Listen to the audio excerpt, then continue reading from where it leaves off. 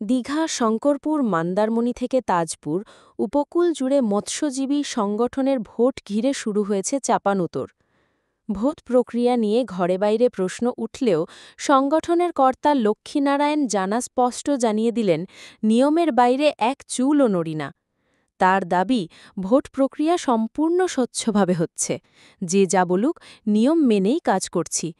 এসব নিয়ে অযথা জলঘোলা হচ্ছে। তবে বিভিন্ন মৎস্যজীবী সংগঠনের একাংশের অভিযোগ, এই ভোটে কিছু অস্বচ্ছ প্রক্রিয়া চলছে, যদিও তারা কেউ প্রকাশ্যে নাম করে কিছু বলেননি। এখন তাই নজর প্রশাসন এবং মৎস্য দপ্তরের ভূমিকার দিকে। তারা কি পদক্ষেপ নেন আর আদৌ লক্ষ্মীনারায়ণবাবু সত্যিই নিয়ম মেনে কাজ করছেন কিনা তা পরিষ্কার হবে আসন্ন দিনেই। পূর্ব মেদিনীপুর থেকে অংশুমান পণ্ডার প্রতিবেদন। মৎস্যজীবী উন্নয়ন সমিতির আজকে দীর্ঘদিন ধরে আমরা সংগঠনের সাথে থাকার পর বিগত 2 বছরের আগে আমরা আমিন সোহেলকে শুধু আমার চিঠিতে আমার সুপারিশ ক্রমে একটা কমিটি তৈরি করে দিয়েছিলাম, যে কমিটিতে তাকে সভাপতি করা হয়েছিল। যুব নেতৃত্ব তৃণমূল কংগ্রেস করে, মৎস্যজীবীদের স্বার্থ সুরক্ষা হবে, মৎস্যজীবীদের সাথে মিলেমিশে কাজ করবে, সময় দেবে, এই কারণে করা হয়েছিল। কিন্তু আমরা 2 বছর দেখছি কোনো কাজকর্ম কিছু নেই, নিজের ঢাক নিজেই পিটায়।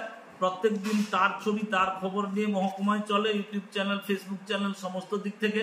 কিন্তু মৎস্যজীবীদের সাথে তার কোনো সম্পর্ক নেই। কোনো প্রবীণ মৎস্যজীবীদের বা বয়স্ক মৎস্যজীবীদের সে কোনো মর্যাদা দিয়ে কথা বলতে শেখে না। প্রত্যেকের পেছনে তার শুধু চেয়ারের লোক দরকার, এটার পর সেটা, সেটার পর সেটা, তার চেয়ার দরকার। তো এইরকম ক্ষেত্রে বহু মৎস্যজীবী তার উপরে ক্ষুব্ধ হওয়ার পর আজকে জরুরি ভিত্তিতে জুনপুর মৎস্যঘাটির পরিচালক কমিটি একটা মিটিং ডাকে, তাতে আমি উপস্থিত ছিলাম।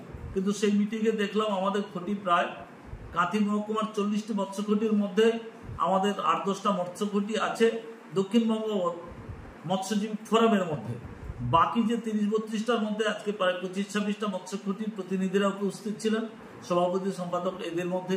তো তাদের সবার এক কথা যে আমিনের যে ধৃষ্টামি, আমিনের যে গাজওয়ারি, আমিনের যে ব্যক্তিগত চিন্তাধারা, আমিনের যে মানুষের সাথে যে অমানুষিক কথাবার্তা ব্যবহার, আর তার সাথে জুটেছে আজিজুল, যে আজিজুলের নিজস্ব জাল নৌকা ব্যবসা বাণিজ্য কিছু নেই, কিন্তু সে খেজুরির কয়েকটা নৌকা মালিককে এখানে বসে একটা ক্ষতি পরিচালনা করে।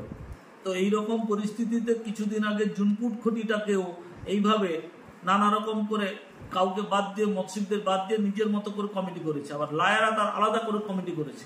এই নিয়ে মৎস্যমন্ত্রী পর্যন্ত এই চিঠিপত্র এটা ওটা গেছে।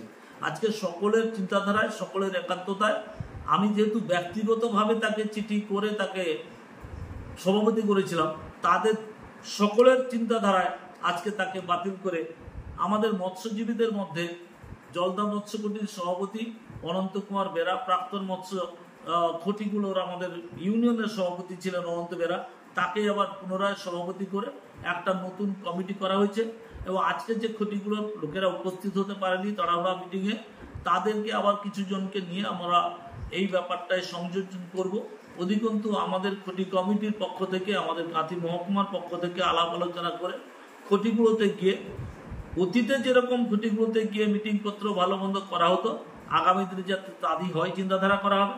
বর্তমান আমাদের চিন্তাধারা হচ্ছে সম্মানীয় মুখ্যমন্ত্রীর চিন্তাধারাকে নিয়ে, সম্মানীয় মুখ্যমন্ত্রী যেরকম প্রত্যেককে মর্যাদা দিয়ে চলে, সেই মর্যাদা আমরা পরস্পরকে দিয়ে আগামী দিনে আমরা এই কমিটিটা দ্বারা খটিগুলোর উন্নয়নের চিন্তাধারা করব, উন্নয়নের কাজকর্ম করব, সাধারণ মানুষের মধ্যে যাতে বিভ্রান্তি না হয় সেই চেষ্টা করব।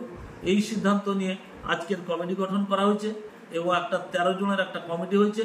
ওইটাকে আমাদের 21 জনের কমিটি করা হবে, আরও কয়েকজনকে সংযোজন করা হবে বলে সিদ্ধান্ত নিয়ে আমরা আগামীকাল আমাদের কিছু মৎস্যজীবীকে আমরা কলকাতাতে শহীদ দিবসে পাঠানোর জন্য সিদ্ধান্ত নিয়েছি।